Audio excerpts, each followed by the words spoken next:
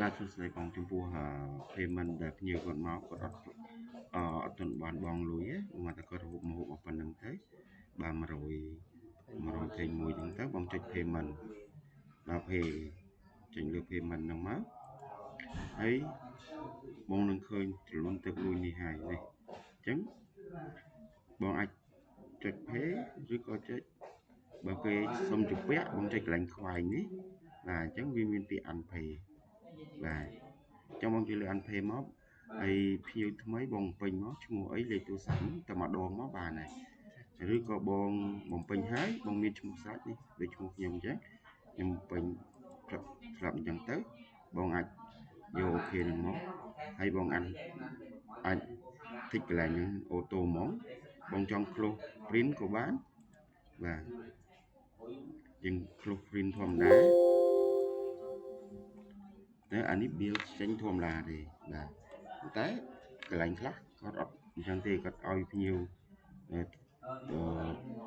ភ្ញៀវចុចសញ្ញា A ឬក៏B ហ្នឹងវាជាពាក្យអញ្ចឹងបងចុចនៅលើអាសញ្ញារូប3នេះមកបងដាក់ពាក្យ collect debit នេះអញ្ចឹងជំរើសទី1បងអាចចុច search ក៏បានចុចវាយឈ្មោះគាត់ក៏បានដែរបាទគាត់វាយឈ្មោះគាត់អញ្ចឹងមកគាត់ថាសាយបាទអញ្ចឹងនេះជាពាក្យមាន2ដងជាពាក្យបាទអញ្ចឹងពាក្យថ្ងៃនេះបងចុច open get payment ហ្នឹងមកបាទអញ្ចឹងជាពាក្យមាន2បង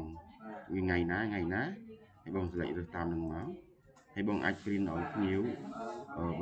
បើបងអត់យកអានេះទេខាងបងត្រូវការភ្ញៀវសញ្ញាបងចុចកន្លែងនេះ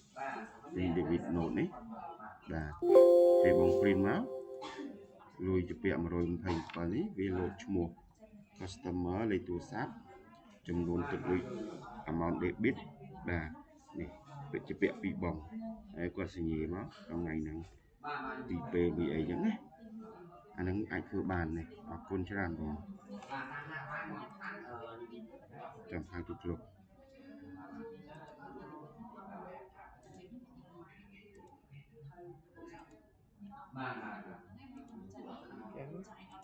ចុចបិទវីដេអូ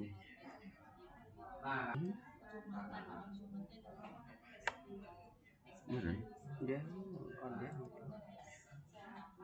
ទេបិទវីដេអូទេបិទវីដេអូនៅ record ទេ